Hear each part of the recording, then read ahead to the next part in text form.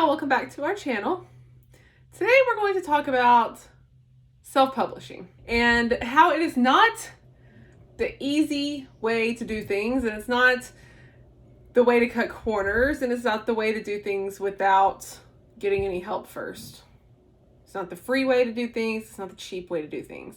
We've seen lately a lot of people self-publishing and getting themselves into a wee spots of trouble because they haven't taken the proper steps to self-publishing. Because once you self-publish your book and put it out there, you can't get it back. It's not like putting it on Wattpad where you can go and change your chapter right then and there you go, it's fixed. It's a lot different. So we're going to tell you the steps to follow. Before we get into that, do not forget our second novel, Spellbound, is available for pre-order wherever books are sold. So Amazon, Barnes & Noble, Books A Million. I know there's some Walmart. UK stores selling it. Walmart's selling it pre-order. So anywhere that does pre-orders, it is available now. So make sure you go and pre-order Spellbound. It comes out September 13th. Let's jump into what you need to do in order to self-publish. These are not, I mean, you could take them as recommendations, but we're telling you to be successful and put out a great quality book. These are the steps you must take.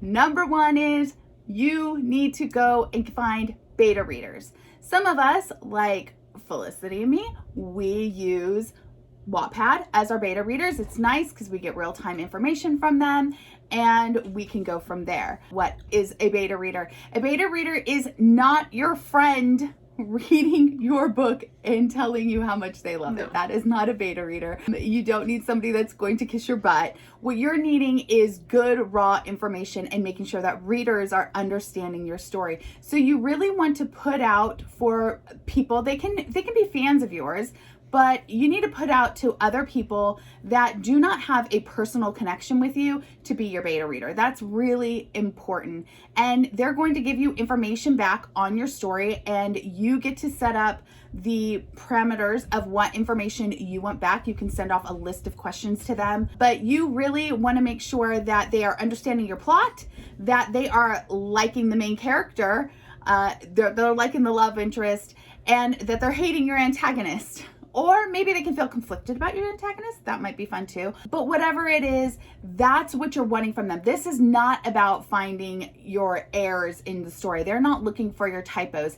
And this is not your finished product that you're sending to them. That's a whole different type of manuscript that we're sending. At this point, it is still a working manuscript that you're trying to get feedback on to perfect it.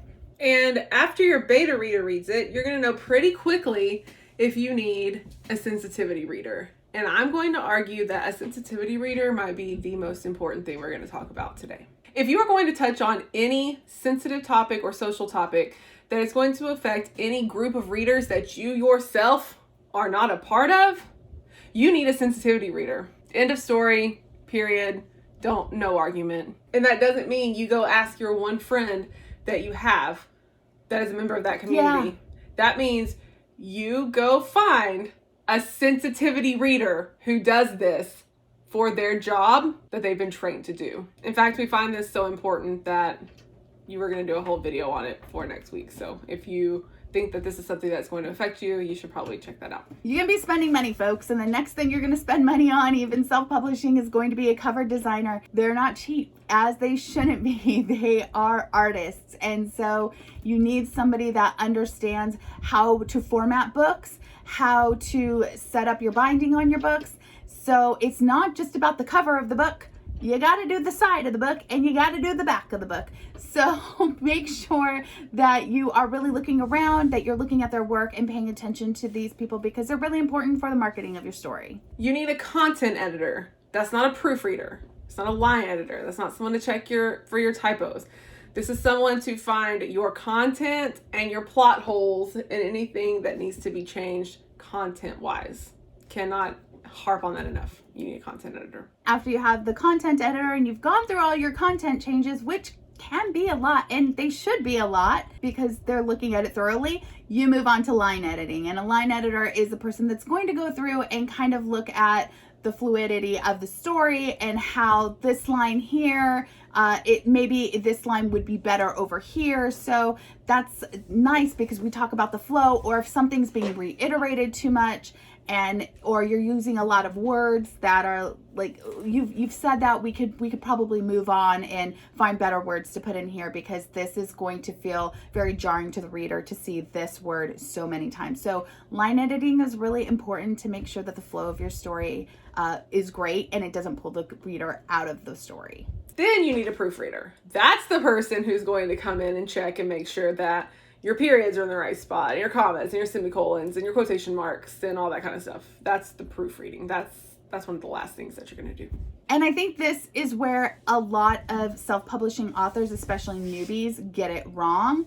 And they're just getting a proofreader and thinking all the other types of editing are not needed, when those, honestly, a few misplaced commas and a words here or there that was, a mistake is going to be less impactful. But those things are really what will take a reader out of the story. And these things, everybody expects that there'll be a couple errors in a book. It happens. We are human, and even when we have the best editors, things get missed sometimes. Next is formatting your book. And there are different types of formatting your book. There's a different format for Kindle. There's a different format for print books. There's a different format if you're going to do a hardcover. Formatting your book is something that you can learn on your own, and that could be a place where you cut costs. But if you're not good at Word and you're not good at technology type of things and you don't feel comfortable with that, you need to pay for somebody to format your book so it looks nice, printed, and in Kindle. Mm-hmm. And the last one is optional, but really important. You need a PR person. You need someone that's going to help you push out content about your book, help you hype it up, help you with graphics, help you with TikToks, help you with Instagram posts.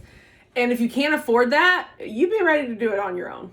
You cannot be an indie author right now and not be on social media. And if you aren't, you're not going to do well. Sorry. I just saw somebody the other day, I was watching something actually on YouTube where they're like, I think I'm done because putting my story on Wattpad is where it was. I think I'm done putting my story on Wattpad because I didn't have great success there, because you have to really promote. And I was like, person, you're going to have a hard time anywhere. Like, this is the industry. You guys have to promote your stories. Yeah. Let me tell you why. And Rachel hit on it in the very beginning, why this is so very important. This is so important because this isn't Wattpad, where we get to make a change and the change is immediate on our story, and going forward, we don't have an issue again.